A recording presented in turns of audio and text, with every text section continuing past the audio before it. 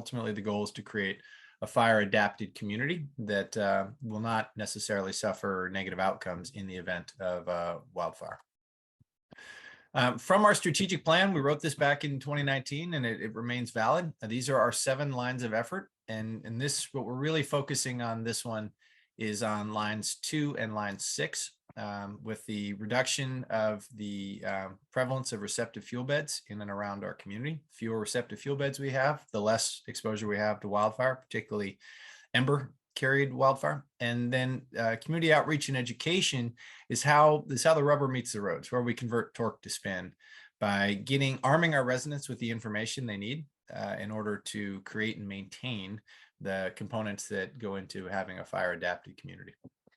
So to break this down, I think one of the initial lessons learned for me when I began on this journey a little over 5 years ago was how few members of the community understood the component parts that go into a wildfire. Wildfire was seen as this large homogeneous thing that would come sweeping off the hill and could be bad. And so what we're going to do here in this next section is we're going to break down specifically how a wildfire spreads. And once we understand how wildfire spreads, I think it makes it much easier to understand how we can interrupt those pathways and we can disrupt the cycle of wildfire exposure. So for our purposes, we're looking at wildfire through 3 components: the flame length, so how long is the flame itself; the spread rate, how rapidly is it moving, randomly measured in chains per hour, which is 66 feet per chains; and from fire line intensity measured in watts per meter squared. So how hot is this fire burning, how fast is it moving, and how long are the flames? And we can understand those by taking a look at the combination of topography, wind speed, and available fuel. And there's a little bit more to it having to do with relative humidity, but that for our purposes is incorporated into available fuel. So if we know the topography, which is unchanging or largely unchanging, certainly unchangeable by us, and we know the weather or the wind speed, which is unchangeable by us and potentially getting worse, then really the only one of those things that we have the ability to control is the presence, the quantity, and the configuration of the available vegetative fuels and structural fuels. And since we can modify those either to remove them or to make them unavailable to burn by changing their configuration, we can eliminate the substrate across which fire spreads, so that if we don't have fuel in a given area, fire can't burn through that area. And we can do that either by removing the fuels or modifying by cutting, or modifying in the case of firefighters by wetting with hose lines, all of which removes those fuels from the equation, and fire cannot burn in places where there is not fuel. It can't spread across a vacuum without that substrate. But it's important to recognize that things like the fuel breaks we're creating and maintaining, while effective against the ground component of fire, which is the movement of fire in a linear manner from combustive item to combustive item. And if you disrupt the chain, you can disrupt the ground component. But in this area with a wind-driven fire, there's a very high probability that we will have significant ember casts. So the carrying of sparks, embers, firebrands, potentially up to a mile in advance of the main body of fire. And when those embers land on a receptive fuel bed, and for our purposes here, that would mean, say, uncut dead grass, duff and litter, tree litter, needles, leaves, etc., then those embers can start new fires. And those new fires can spread from that receptive fuel bed to other vegetative items such as brush or trees or other grass areas.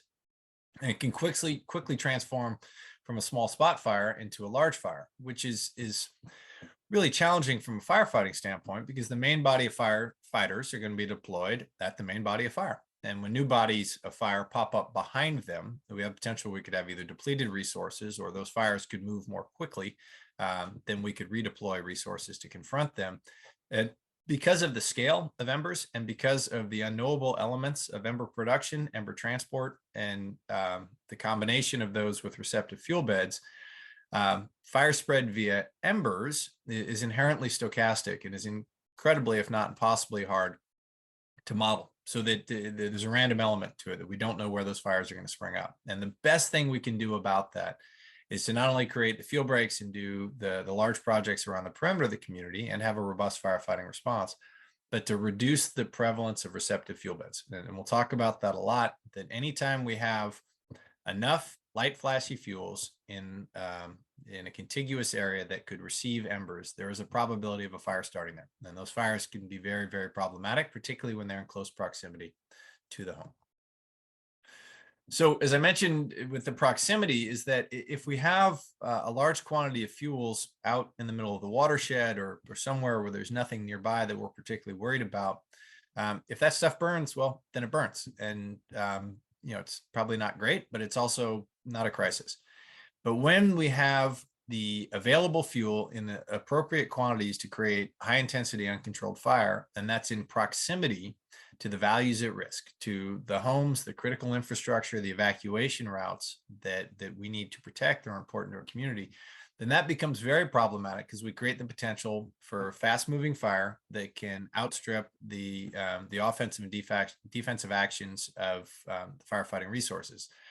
Forest Service scientist named Jack Cohn came up with a WUI disaster sequence, and this is stage 6 in his sequence, which is where suppression resources are overwhelmed. And then we have uncontrolled fire spreading through the community. And when we create defensible space around our homes, not only do we protect the value at risk of that home and the lives that it shelters, but we disrupt the continuity of the fuel bed because of the density of the homes in our community. If you have lots of homes and each home has been hardened and has defensible space, we reduce the chance that fire can rapidly spread through that area, which means it is now slowed, which buys time to aggregate the effective firefighting response. So it all comes together to say that if we have disrupted fuel beds, if we have created a varied mosaic, that starts to mimic the natural state. And the natural state in the Mediterranean counties of California was characterized by a fire return interval of every 3 to 5 years. So if all of the things were equal and we were not here and we did not have homes and infrastructure and all the other things we have done to modify the landscape, this area would burn every 3 to 5 years. And in doing that, it would create this varied mosaic in different age class fuels so that when a fire started, it wouldn't be a high intensity destructive fire. It would just be a sort of creeping average thing. And it happened all the time. And so I think we need to really focus on, it's not excluding fire, it's setting conditions so that when fire occurs, it will be a low intensity fire. And that low intensity fire will be easily managed for beneficial outcomes or extinguished if it threatens values at risk. And that's really the goal we are driving towards with all of the work we'll talk about here tonight. So that gets us to what the fire looks like in our area. So fires, as a general statement, can be either wind driven, fuel driven, or topography driven. And almost all of the destructive fires in our area are wind driven that occur in the fall during a Diablo wind event. And for winds are characterized and measured at a number of different levels. There's winds aloft, which are generally very high. There's 20-foot winds and there's mid-flame height winds. And the winds we're really worried about are that mid-flame height. So down around within 3 to 5 feet of the ground. And every time you get down closer to the ground, the wind speed gets a little lower because of a number of things, to include that wind doesn't take turns well as it comes over topographical features. And then we further take a look at the fuels based on whether or not it's an area with thick tree canopy, light tree canopy, no tree canopy. And that has a reducing effect. So if you've ever walked through a stand of trees somewhere, you can have high winds and you hear sounds of the canopy above you rocking, but you don't see a lot of wind on the ground. We have similar area here, so that essentially not all areas, not all fuels are created equal. And if we're considering wind and the effects of wind on the actual fire itself, it's important to look at not only the alignment of the topographical feature, but the presence or absence of a canopy and how dense that canopy is to as it affects the amount of wind that we would see at mid-flame height. The other thing to think about with winds is, where is it coming from? So in an onshore wind, which is wind blowing onto the shore from out in the ocean, in our case, that is generally bringing very moist air, typically fog, by late afternoon or evening during the summer. And that moist wind increases the relative humidity, which translate into increased dead fuel moisture levels, which decreases the speed with which fire can burn by making some fuels unavailable. One of my favorite lines is to point out that dead grass, which is characterized as a 1-hour fuel because it equalizes with the ambient environment within 1 hour, dead grass will not burn if it has greater than 12% moisture. That's just moisture of extinction. Fog is at 100% relative humidity. grass will equalize with the ambient environment in 1 hour, meaning within 1 hour of fog arriving, it is not possible for grass to burn because it's been wetted beyond its moisture of extinction. And so it's just something we think about that when we have winds coming out of the west, blowing into the fire district from Oakland and Berkeley, fire could hypothetically be spread by those winds, but it would have a very limited window to spread until that moist air equalized the dry dead fuels in the area, and they became too wet to burn. And that stands in sharp contrast with the winds we were very concerned about, which is a Diablo wind event coming out of the north-northeast, typically in the late fall, which is not on a particularly hot day, but is characterized by very, very low relative humidities. All that dry air coming out of the Great Basin has a desiccating effect where it dries fuels, and there isn't that relief of the moisture coming off the ocean as we would normally see on a sort of a normal summer day. The Bay Area has our exposure to these winds in the late summer and fall. We also have them through the winter, but that's after the onset of seasonal rains, so it simply doesn't matter anymore. These are the Santa Anas that you see in Los Angeles, the Sundowners you see in Santa Barbara, the Diablo winds here, the Fohn winds, FOHN in some of the northern areas. And what we see is not only do we have this very dry air that has a desiccating effect, but it's also occurring at a time of year where the vegetation has been sometimes 6 or 8 months since there's been significant wetting rain. And so fuels are already dried out. Live fuel moistures are very low. Plants are husbanding their resources by going dormant and drying out the standing portions of the foliage. And then on top of that, we get a drying wind that brings things even drier. And then we get an ignition in that same wind that is dried or desiccated. The vegetation supports rapid spread rates.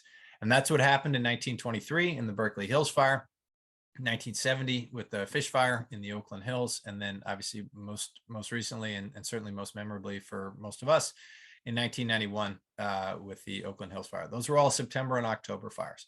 And then we saw similar events in the North Bay in the big fires of 2017 and 2018 and 2020, all of which occurred in the fall on a Diablo wind day.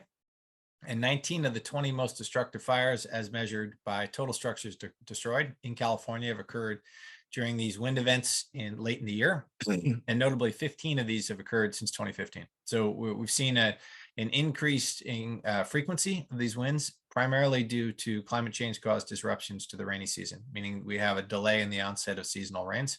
And as a result of that, we're exposed to more of these wind events in the fall. On the left side, you see an animation of how all that dry air flows out of the Great Basin and seeks a pathway out to the sea. And in the Bay Area, we have particular exposure to these winds because of the coastal mountains that make the San Francisco Bay Delta becomes the primary pathway to the sea, the path of least resistance, meaning winds come flowing through the area. And in our case, we see these winds somewhat peel off of the delta, and that's why we get a northeast wind event.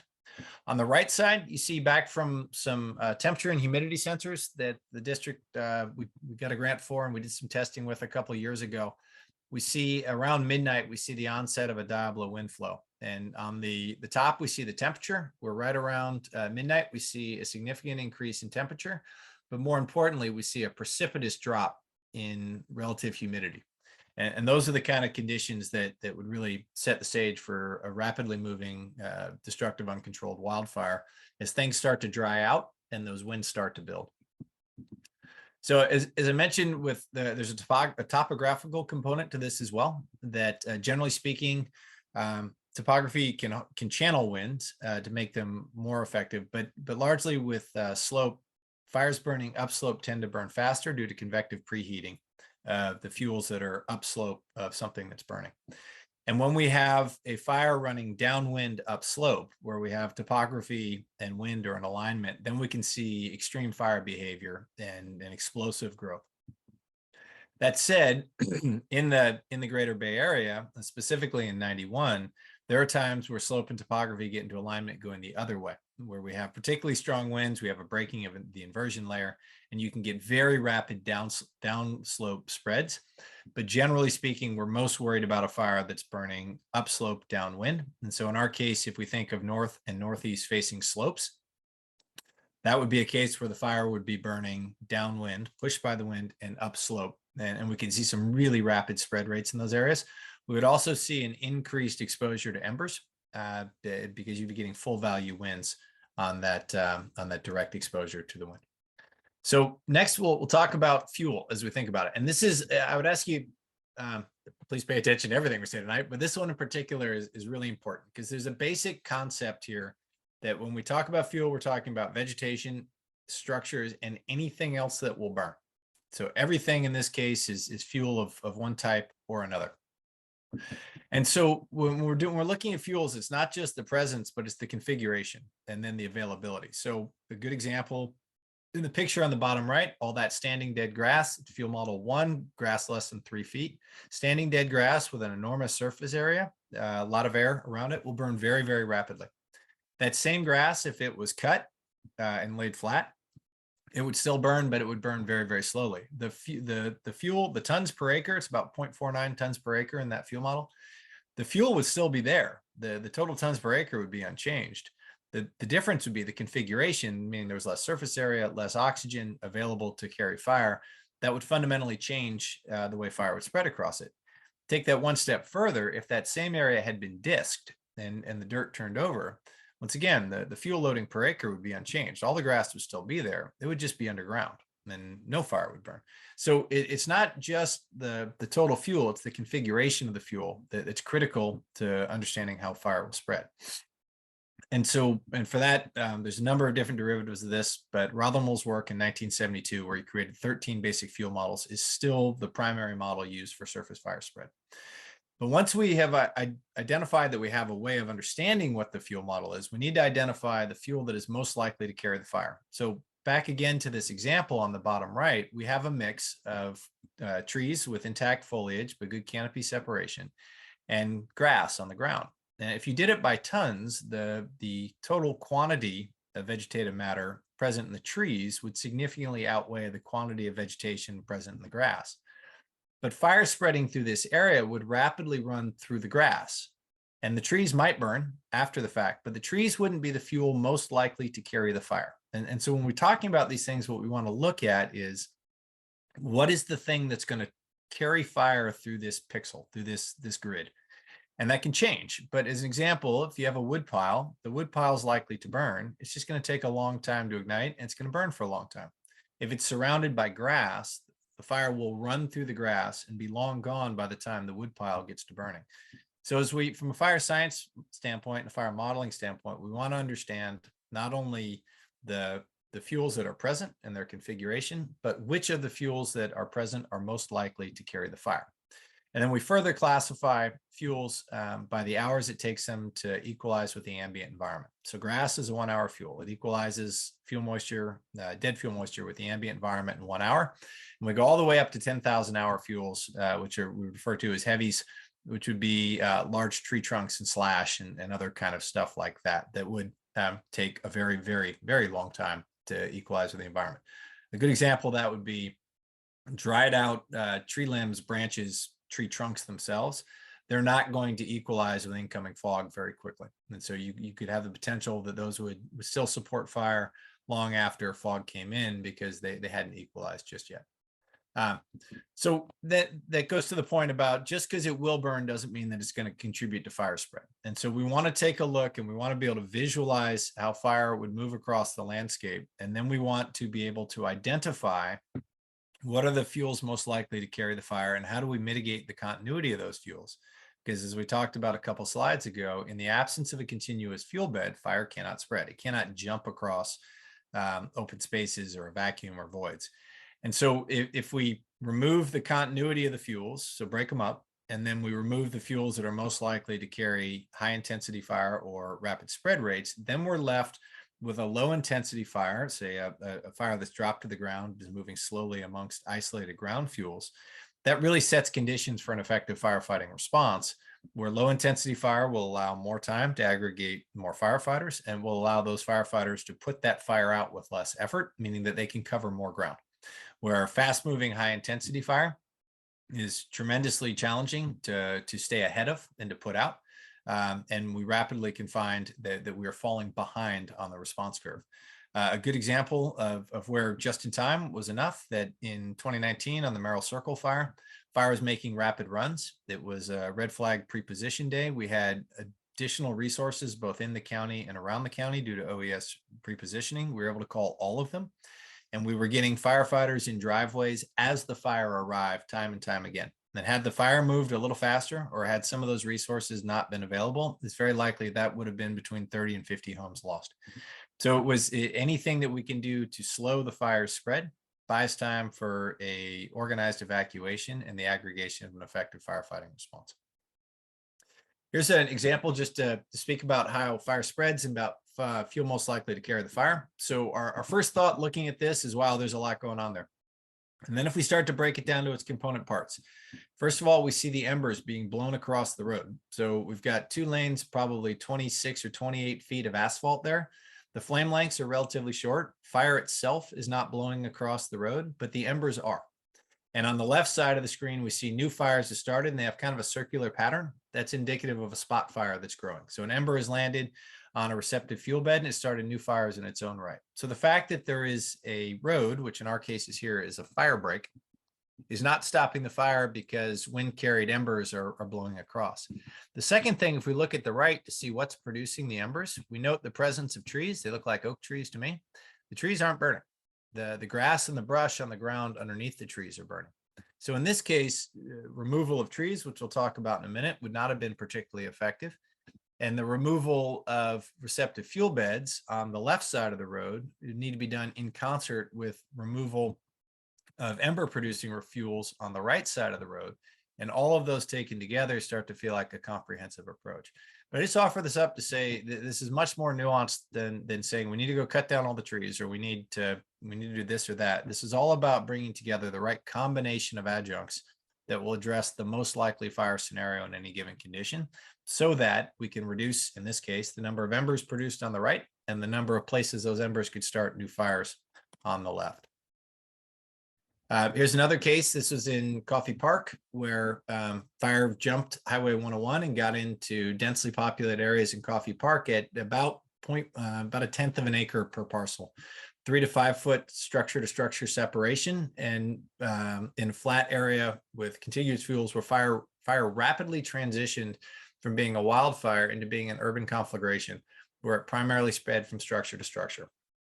Now, that is very unlikely to be our fire spread model due to the separation between the houses, the significantly larger lots throughout most of our community, particularly in the perimeter areas with the greatest exposure to wildfire, and the elevation changes. We have a lot of up and down, and structure to structure separation is amplified by vertical offsets. That said, since we originally started delivering this class and this training, there has been some new research that suggests that structures within about 50 feet of each other, given enough time, can produce the appropriate flux at about 1,200 watts per meter squared to cause other structures to ignite, unless that pathway is disrupted by offensive actions of firefighters putting water between those structures. So I'd say this slide now requires a little more context, that it's possible for structure to structure fire transmission in our community, but it's also far more likely that we're going to have structures burning as the fire is carried more rapidly by vegetation or other edges, such as wood fences that form a pathway between homes. So all in all, the takeaway here is that if everybody has done their work, we are likely to disrupt our fire pathway. If one home or 2 homes amidst the larger community have done defensible space and home hardening work, that in and of itself is unlikely to change the outcome. So there's a community element to this and a network effect to how fire spreads and how we hope to disrupt those pathways. I point this picture out, which I assume most people have seen, from Paradise following the campfire, and in the foreground, our eyes are naturally drawn to the destruction at the community center there, and all the loss of structures and so forth that's occurred. That I would ask you to look up and in the background and note the presence of all the trees with an intact canopy. And just to point out that fire spread through this area, but not through those trees. And that's a recurring theme that we are often asked about, well, what about the trees? And what about removing trees? And certainly there are times where removing a tree can be beneficial to fire safety, But in this case in particular, moving those trees wouldn't have changed the outcome, because this fire traveled via ember cast right over the trees or via ground fuels underneath the tree canopy. And there's very rarely a time where the prescription for creating a fire safe parcel or neighborhood involves the large scale removal of mature trees. Here we see some work the fire district was doing. We're putting fire on the ground underneath the trees, and you can see how it's burning through the duff and tree litter that are present. Yet the trees, which in this case have been limbed up, the trees are there. They're unharmed by the fire. They're unavailable to burn. So once again, like in the grass example, there's an awful lot of fuel in this picture, but most of it is unavailable because it's in the tree canopy and either has a high live fuel moisture rating, or the fire has no pathway, no ladder, if you will, to climb from the ground into the tree. So just I would ask to start thinking about how fire could spread. And I would say in our area, it is rarely, if ever, going to be from canopy to canopy. It is almost always going to be the ground component spread either in a linear manner or from embers landing in a new receptive fuel bed and creating a fire that spreads on its own right. This is a slightly dated slide, but this speaks to a couple of years ago, the work we were doing with creation of new firewise communities, and where chipping, pile burning, and broadcast burning was being done throughout the community. We're now, at that time, we had 16 firewise communities. I believe we're at north of 30 now. And via the fuel mitigation dashboard on our website, you can see where these are and where we have done chipping, pile burning, broadcast burning, to include some pile burning that was being done today up on Mulholland Ridge on the city of Orinda's property there. All right, so next we'll get into a discussion of what the code requires. So up until very recently, this was all in the fire code in section 325. The fire code is pending, the new fire code is pending adoption by the County Board of Supervisors, and this material was moved out of the fire code into a separate ordinance. I left this slide the same, mostly because it becomes very confusing when we start talking about ordinance 2303 versus the fire code. And it's as an informal way of viewing this, it is often understood that the fire code says you need to do this. For technical purposes, is now ordinance 2303, but the contents are unchanged. So the first one, which is the area where we probably have the lowest compliance throughout the district and is the most important thing that we could be doing, is removing combustible ground cover within 2 feet of a structure. Ground cover, specifically mulch, is capable of carrying 4 to 6 inch flame lengths, not particularly rapid rate of spread, but slow and steady. And when those 4 to 6 inch flames lap up against the side of a house, they find a way to get into the void spaces of the home. So 2 feet back from the structure, from the point where the structure meets the ground, 2 feet out, you cannot have anything on the ground that'll burn. So combustive ground cover to include mulch, grass, weeds, leaves, etc. What you can have there is aggregate, so rock, bare mineral soil, or creeping green ground cover such as ivy or mosses or things like that. We also require in that area that any vegetation planted there needs to be trimmed up to a height of 12 vertical inches within that 2 foot box. So 2 feet out, 1 foot up. And the 1 foot up is 2 reasons. One is to prevent ground fire from climbing up into the foliage of brush and privets. The other is allow you to get underneath that plant with a rake to maintain any blown duff and litter, leaves and needles and such that would accumulate there. We require 6 feet of vertical clearance between the roof and a tree. So can't have tree branches touching the roof. And we require 6 feet of vertical clearance between the lowest portion of a tree canopy and the ground or ground fuels. So you should have an air gap between the ground and tree boughs where a normal human being should be able to walk the drip line and not hit their head. Any eucalyptus and Monterey pine that are planted within 6 feet of structure need to be removed. That's very rare, but in the few instances that occur, that does require removal of a tree. Anytime someone sells a house, they're required to get a certificate of compliance with the fire code. In 2022, that netted us almost 1,000 inspections and compliance certificates. The realtors have been excellent partners in increasing that.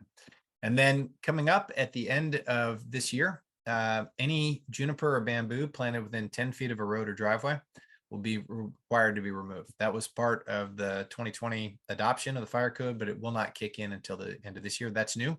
But the requirement's not new, but the deadline is closing in a way that it has not been in previous years.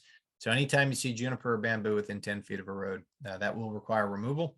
The purpose behind that is that juniper under DABLO red flag fire weather conditions is modeled to put off 10.1 foot flame lengths.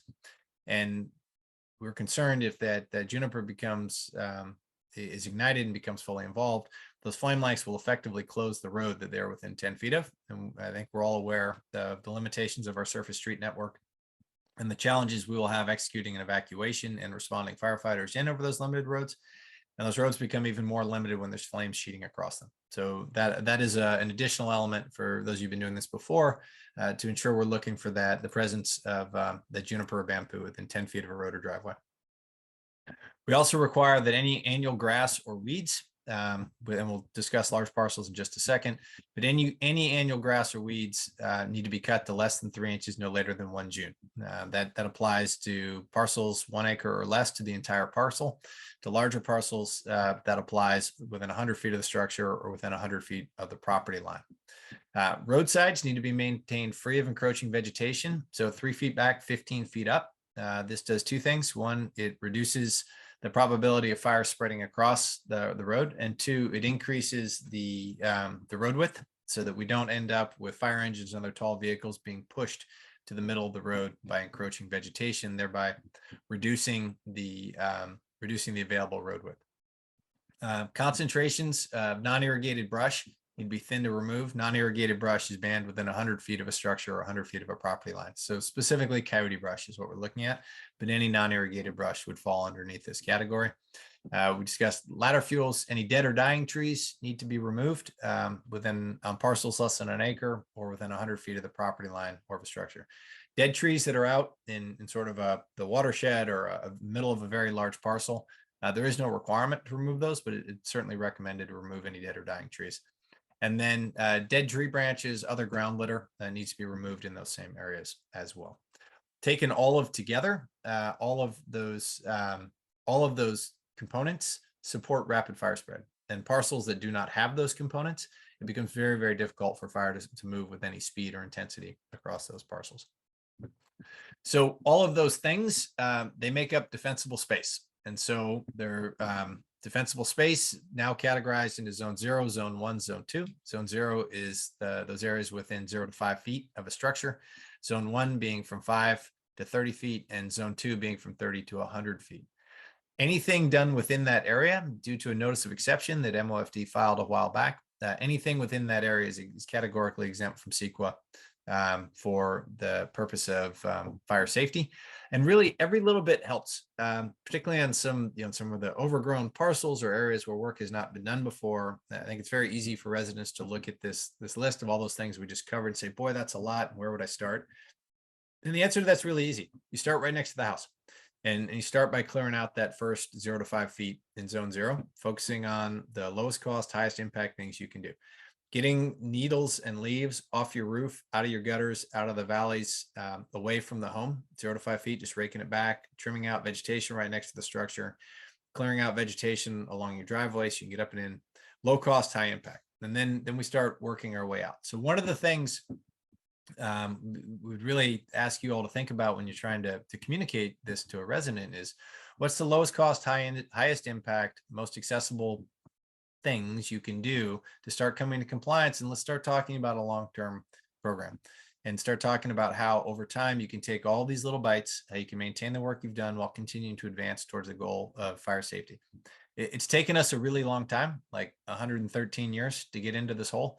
It's going to take us a while to get out of it. And every little bit helps. Everything we can do to start moving the needle from either a lack of awareness or indifference or being overwhelmed, start moving that towards essentially the creation of a fire adapted resilient community. Tremendously helpful with the goal that as we remove these things, as we work our way out from the house, we don't need to denude the landscape. In a perfect world, it would all be gravel, but that's not the world we live in. And so we start creating this varied mosaic. And so we can maintain some of the plantings that have aesthetic value or other value to the resident, maintain some of them, just break up the continuity. Like a line of brush or bushes leading right to the house, that creates a pathway that fire can follow. So if we eliminate, say, every other one, or maybe 2 out of every 3, or something along those lines, to start creating a mosaic where you keep many of the aesthetic components, but you eliminate the pathway, and really focusing on removing fuels in that zone 0 within 0 to 5 feet of the house. So all of that comes together. I understand there's a lot there, although at its basic, it's all, we're not building pianos here. The understanding of how fire is going to move, and the understanding of how vegetation can be modified or removed to counter that is reasonably basic stuff. So what we'll talk about, we'll do more of this when we get to the field exercise. Remember, we always want to introduce ourselves and make sure that everyone understands the premise of what you're there for. And in this case, that premise is that you're doing an assessment. This is not an inspection. This is not enforcement. This is an assessment. I'm here as a neighbor who believes this is important to share some information about how you can make your house less exposed to fire, and in doing so, make our community less exposed to the negative outcomes of uncontrolled fire along a pathway to creating a fire adapted and resilient community. There's a checklist that's provided. I believe Dennis sent it out as an email ahead of time. I would strongly recommend you work directly from the checklist.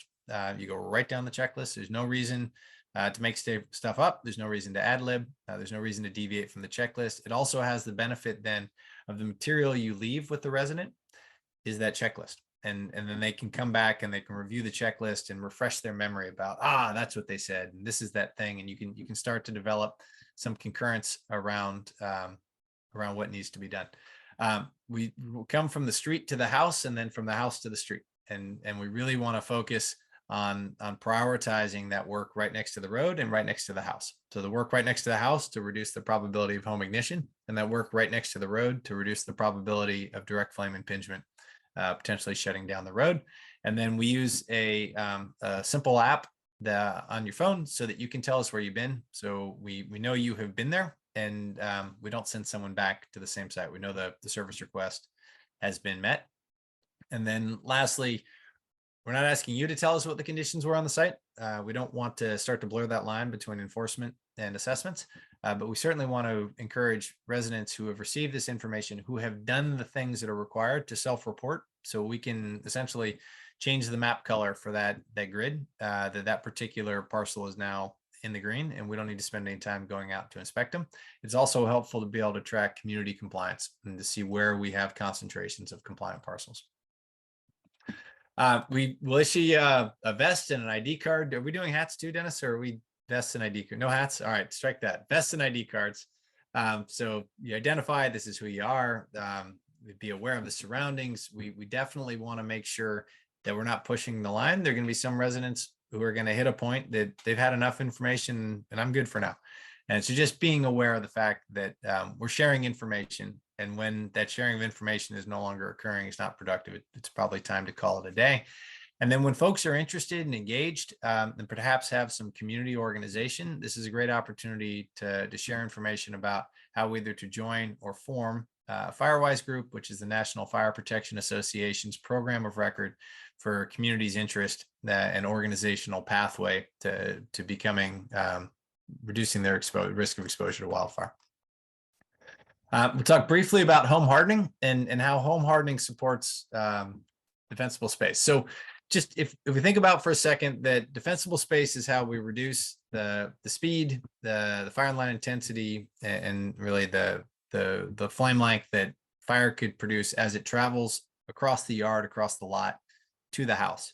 Home hardening is how we increase the home's durability in the face of wildfire. And specifically for our purposes, we're talking about the replacement of non-ember resistant vents. So replacing either with a 7A or 337 rated produced model such as Brandguard or Vulcan or something like that, or retrofitting with 1/8 or 1/16 inch mesh, which the district gives away as part of our home hardening incentive program.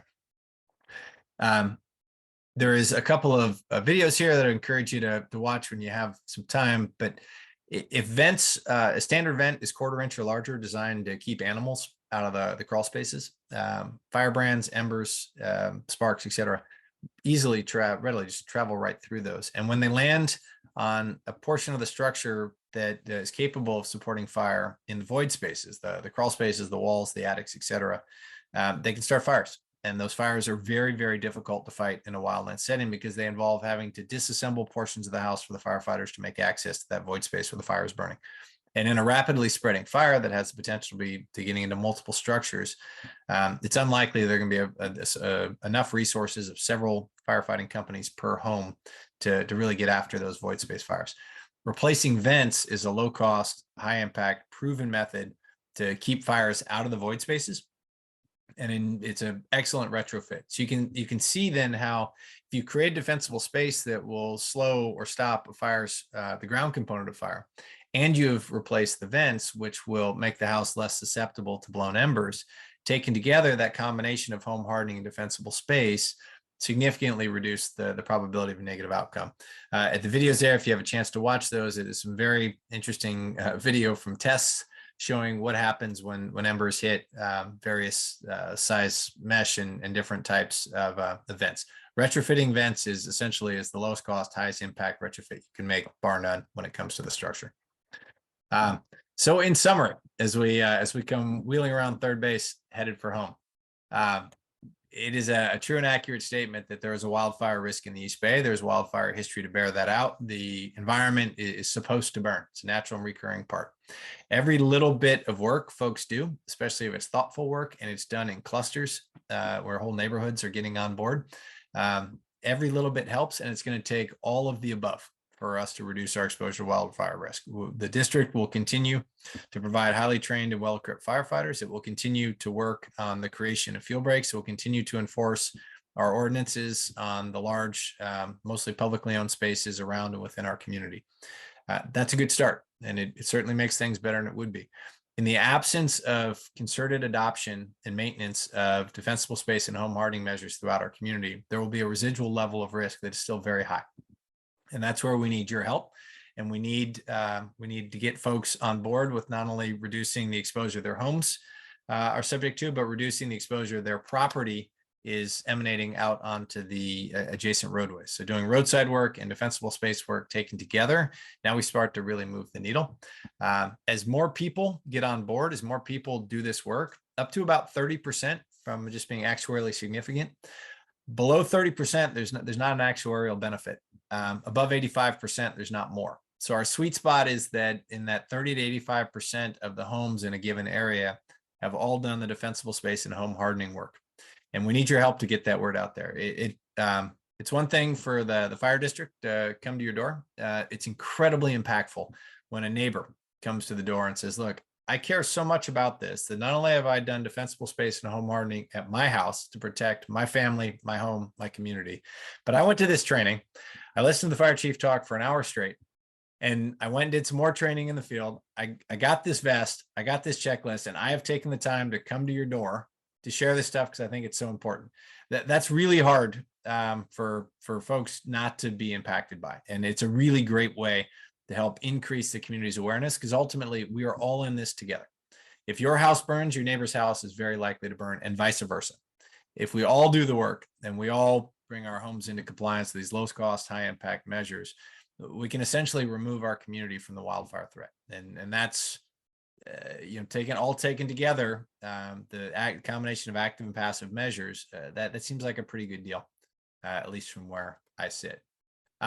So we'll go to any other questions that haven't been answered in just a second here. But next steps, Dennis has got dates if those haven't already been shared for when we'll do the hands-on training. We'd ask that you review the material that we covered tonight, give it some thought, review the checklist. We show up for the hands-on training. We'll do some demonstrations of what a good assessment looks like, and there'll be a chance to try it out and practice until you're comfortable.